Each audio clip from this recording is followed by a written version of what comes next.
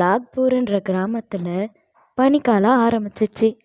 லைலா அவள் வீட்டில் சந்தோஷமா இயற்கையை ரசிச்சுட்டு இருந்தா. ஏன்னா பனிக்காலம் ஆரம்பிக்கிறதுக்கு முன்னாடியே வேண்டிய உணவெல்லாம் சேகரித்து வச்சிருந்தா. பக்கத்து மரத்தில் லட்சுவும் ஜக்குவும் கூடு கட்டி வாழ்ந்துட்டு இருந்தாங்க.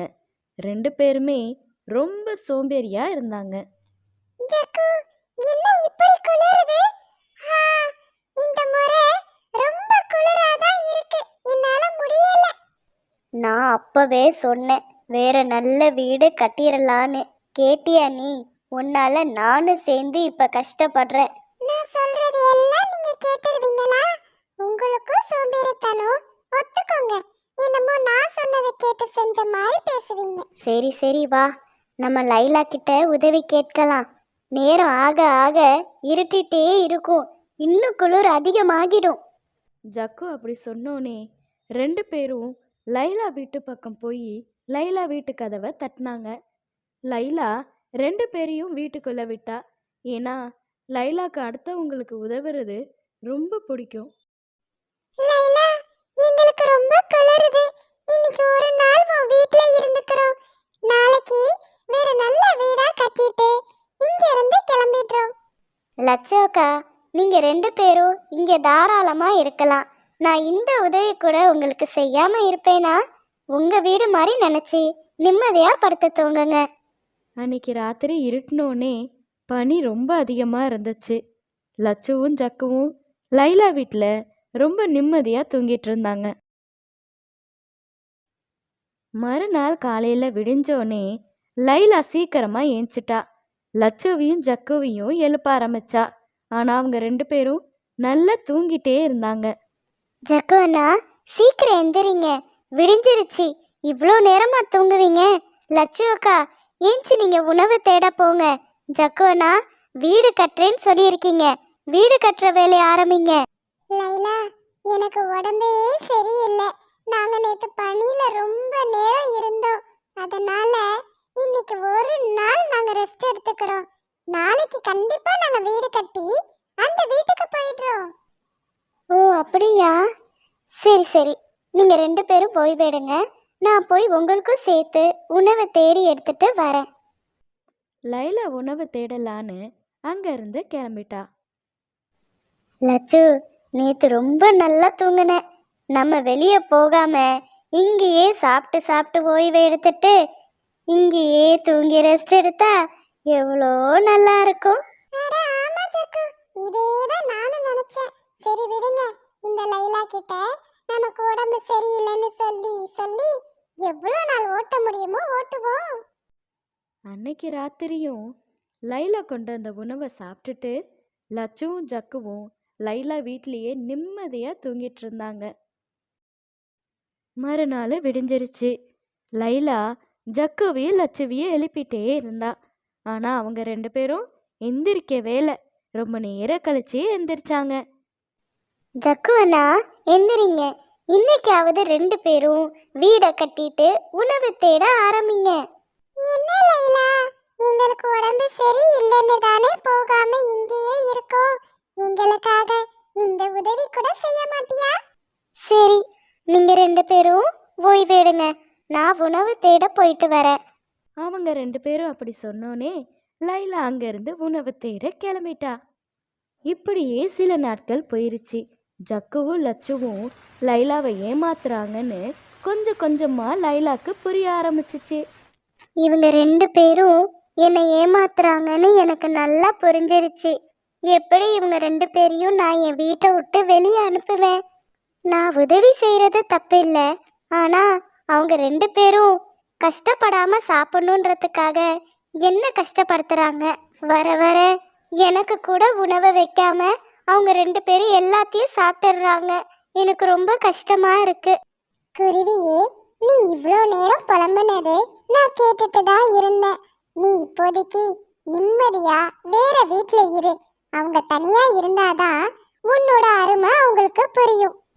சரிதா, துஷ்டனை கண்டா தூர விலகுன்னு பெரியவங்க சொல்லுவாங்க. நான் விலகி இருக்கிறேன். ஆனா நான் எப்படி வீடு கட்ட முடியும்? ஏன்னா மழைக்காலம் ஆரம்பிக்க போகுது. கவலைப்படாத, நான் இப்ப ஒரு மேஜிக் வீடா மாறிடுறேன். நீ இங்கேயே தங்கிக்கலாம், நிம்மதியா இரு. அந்த பம்கின் ஒரு மேஜிக் வீடா மாறிடுச்சு. லைலா அந்த வீட்டுக்குள்ள போய் நிம்மதியா இருந்தா. அதே சமயம் லட்சுவும் ஜக்குவும் லைலா இன்னும் வீட்டுக்கு வராததை நினைச்சு கவலைப்பட்டாங்க. ஜக்கு, இன்னும் லைலா ஏன் வீட்டுக்கு வரல? என்னாச்சுன்னு தெரியலையே. எங்க போயிருப்பா? உணவு தேடுறேன்னு தான் போனா. லட்சு, கல்லுக்குள் ஈரம். உனக்கும் இரக்க குணம் இருக்கு. லைலாவை நினைச்சு கவலைப்படுறியே. பரவாயில்ல பரவாயில்ல. அதெல்லாம் ஒன்றும் இல்லை, எனக்கு பசிக்குது. இந்த லைலா உணவு கொண்டு வரேன்னு போனவ இன்னும் காணோம். அதுக்காக தான் காத்துக்கிட்டு இருக்கேன். நான் கூட நீ நல்லவெல்லா மாறிட்டியோன்னு நினைச்சேன். சரி வா, நம்மளே போய் உணவை தேடலாம். நமக்கு பிடிச்ச உணவை எடுத்துட்டு வருவோம். அதெல்லாம் முடியாது, நம்ம நல்லா உட்காந்து சாப்பிடணும். என்னால இந்த மழை பனியிலெல்லாம் அலைஞ்சு அலைஞ்சு உணவு தேட அலைய முடியாது. லட்சு, ஆனா இப்போ வேற வழி இல்லை. உணவு தேடிட்டு போன லைலாவை காணோம். அவளையும் தேடணும். அவ கிடைச்சாதான் நம்ம நினைச்ச மாதிரி உணவு கிடைக்கும். வா வா, போய் உணவை தேடிட்டு அப்படியே லைலாவையும் தேடிட்டு வரலாம். ஜக்கு அப்படி சொன்னோனே 2 பேரும் லைலாவை தேடலான்னு போனாங்க. ரொம்ப நேரம் கழிச்சு லைலா அங்க ஒரு பம்கின் வீட்ல நிம்மதியா இருந்ததை பார்த்தாங்க. ஜக்கு, பாத்தியா பாத்தியா, நம்ம கிட்ட வந்தா உணவு தேட சொல்லுவோன்னு இங்க தனியா வீடு கட்டிட்டு நிம்மதியா இருக்கு இந்த லைலா. நான் அவளை நிம்மதியா இருக்க விட்டுருவேனா? இப்ப பாருங்க என் நடிப்ப. அப்படி சொன்ன லட்சு அழுதுட்டே லைலாவை வெளியே கூப்பிட்டா. என்னாச்சு லட்சு அக்கா, ஏன் இப்படி அழுவுறீங்க? என்னாச்சு? நான் இங்கே தான் இருக்கேன்னு உங்களுக்கு எப்படி தெரியும்? லைலா, லைலா, என்ன மன்னிச்சிடு, என்ன மன்னிச்சிடு. உன்னை ஏமாத்தி நீ கொண்டு வர உணவை சாப்பிட்டு உன் வீட்லயே இருக்கலாம்னு நாங்க நினைச்சோம். கடவுள் எனக்கு நல்ல தண்டனை கொடுத்துட்டாரு. தண்டனையா? என்ன தண்டனை? என்ன சொல்றீங்க? எனக்கு ஒண்ணுமே புரியலையே. லைலா, நேத்து நைட்டு மழை பெஞ்சப்போ மின்னல் தாக்கி என் கண்கள் பார்வை இழந்துருச்சு.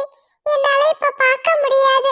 உன்னோட இந்த அழகான முகத்தை பார்க்க கூட எனக்கு கொடுப்பனை இல்ல லைலா. அச்சச்சோ, என்ன சொல்றீங்க? உங்களுக்கு இப்ப பார்வையே தெரியலையா லட்சு அக்கா? ஐயோ, ஏன் தப்புதான். உங்க 2 பேரை நான் தனியா விட்டு வந்திருக்க கூடாது. வாங்க, நம்ம அந்த வீட்டுக்கே போலாம். இனிமே நான் உங்களை விட்டு எங்கேயும் போக மாட்டேன். லட்சுவோட நடிப்பை நம்பி லைலா மறுபடியும் அவ வீட்டுக்கே போயிட்டா. நீங்க 2 பேரும் ஓய்வெடுங்க. ஜக்குனா, நீங்க வீட்லயே இருங்க. லட்சு அக்காக்கு உதவியா இருங்க. நான் உங்களுக்கும் சேர்த்து உணவு தேடிட்டு வரேன். அப்படி சொன்ன லைலா உணவு தேட வெளியே போயிட்டா. குளிர்காலம் முடிஞ்சு மழைக்காலம் ஆரம்பிச்சிருச்சு.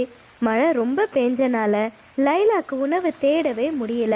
பம்கின் வீடு பக்கத்தில் இருந்தனால கொஞ்ச நேரம் ஓய்வு எடுத்துட்டு மறுபடியும் உணவை தேடலான்னு முடிவு பண்ணுச்சு லைலா. அதே சமயம் ஜக்குவும் லட்சுவும் லைலா உணவு கொண்டு வருன்ற நம்பிக்கையில காத்துக்கிட்டே இருந்தாங்க. என்ன லட்சு, இந்த லைலா எப்போ வெளியே போச்சு? இவ்வளோ நேரம் ஆகி இன்னும் காணோம். எனக்கு ரொம்ப பசி எடுக்க ஆரம்பிச்சிருச்சு. வா, நம்ம வெளியே போய் பார்க்கலாம். அப்படி நினச்ச 2 பேரும் வெளியே வந்தப்போ மழையோட தாக்கம் அதிகமாக இருந்தனால மின்னல் தாக்கி 2 பேருக்கும் கண் பார்வை உண்மையாகவே போயிடுச்சு. என் கண்ணு, என் கண்ணு. ஹாய் குட்டீஸ், இந்த கதையிலேருந்து நாம தெரிஞ்சுக்க வேண்டியது, எப்பவுமே அடுத்தவங்களை ஏமாற்றக்கூடாது, பொய் சொல்லவும் கூடாது. அப்படி நம்ம பொய் சொல்லி ஏமாத்தினா அதோட விளைவு ரொம்ப மோசமாக இருக்கும். Okay, bye. Subscribe for more videos.